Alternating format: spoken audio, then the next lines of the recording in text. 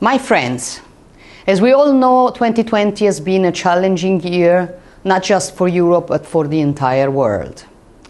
Our political community began the year with the disappearance of Sir Roger Scruton, a friend of all of us, a giant of the European culture and conservative thought. Few weeks after that sad event, our hopes were dashed when we found ourselves facing the global pandemic.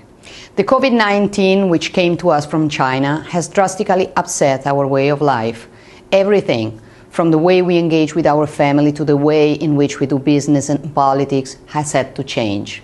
We have gone from enjoying economic stability, or at least hopes of recovery, to uncertainty and instability. This year has thrown many challenges at us, and yet we have been able to overcome.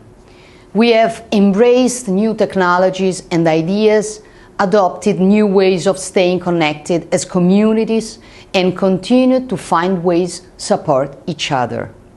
As always, we have risen to the problems in front of us and tackled them head-on. There are many great opportunities to be seized in the year ahead.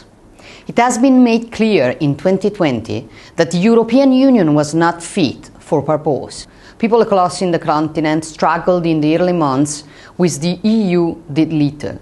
It disappeared into nothing more than an abstract concept.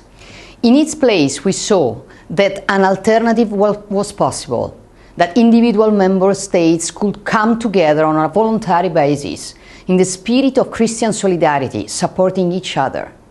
Polish doctors came to Italy to support our hospitals. Czech protective gear was sent to Spain to make up for shortages. German hospitals opened their doors to patients from Belgium.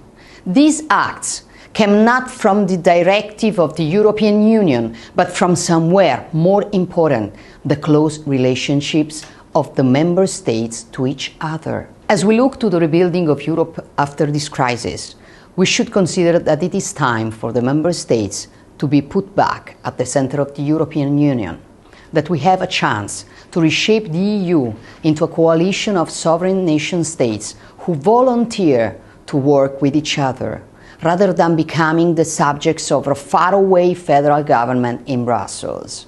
The political events that we have experienced in recent weeks clearly show that we are facing the most powerful and violent attack against governments of sovereign nations opposing the dictatorship of politically correct ideology.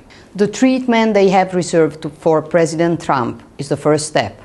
The attempt to force the treaties against Poland and Hungary is the second.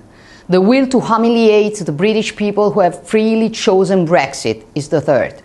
And every one of us, my friends, could make a list of bad examples of what's going on in his own country. Our common values, our traditional idea of Europe, our civilizations are threatened, and we have to react with the language of truth, with the love we feel for our peoples and their freedom. We have a golden opportunity to reshape Europe back into the vision of people like de Gaulle and Robert Schuman, who didn't dream of building a superstate, but an alliance of nation-states working together.